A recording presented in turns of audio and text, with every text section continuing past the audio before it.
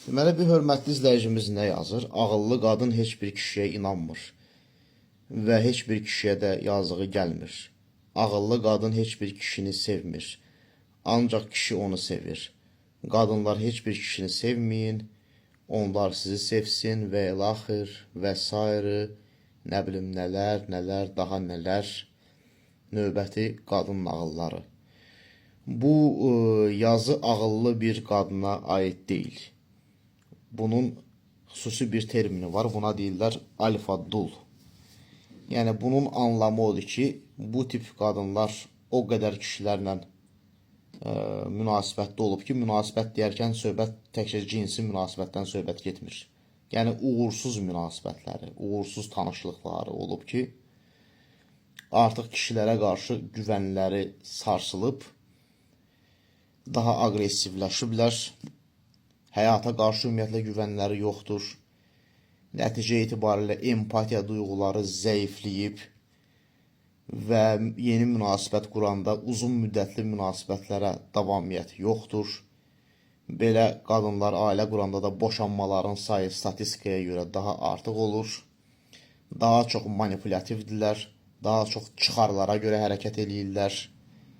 Yəni məqsəd yalnız və yalnız almaqdır, amma vermək deyil. Bir sözlə egoizmlikdir, bir sözlə narsistlikdir. Demirəm ki, narsistlik şəxsiyyət pozuntusudur. Lakin narsistlik keyfiyyətli bir xanımın yazdığı sözlərdir bunlar. Bu yazılanların ümumiyyətlə ağıllı qadın anlayışı ilə heç bir əlaqəsi yoxdur. Ümumiyyətlə asılı olmaq da ki, mən məhv olum, sadəcə sən yaşa, mən ancaq verim, ancaq sən al, sən məni istənilən şəkildə istifadə elə, nə istəyirsən mənə et, nə istəyirsən məndən al, lakin məni heç bir zaman tərk eləmə, bu da ağıllı qadın düşüncəsi deyil. Ağıllı qadın münasibətlərdə özünün ehtiyacları, arzuları və istəkləri ilə öz sevdiyi insanın arzuları, ehtiyacları və istəkləri arasında tarazlıq quran bir qadındır. Aşırıya qaçmayan bir qadındır. Sözü birbaşa üzə deyən bir qadındır.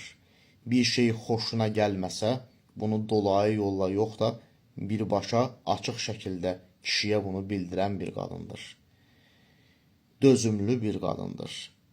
Kişi ilə birlikdə mübarizə aparıb, birlikdə inkişaf edən bir qadındır. Birlikdə yıxılsalar da yenidən qalxa bilən bir qadındır.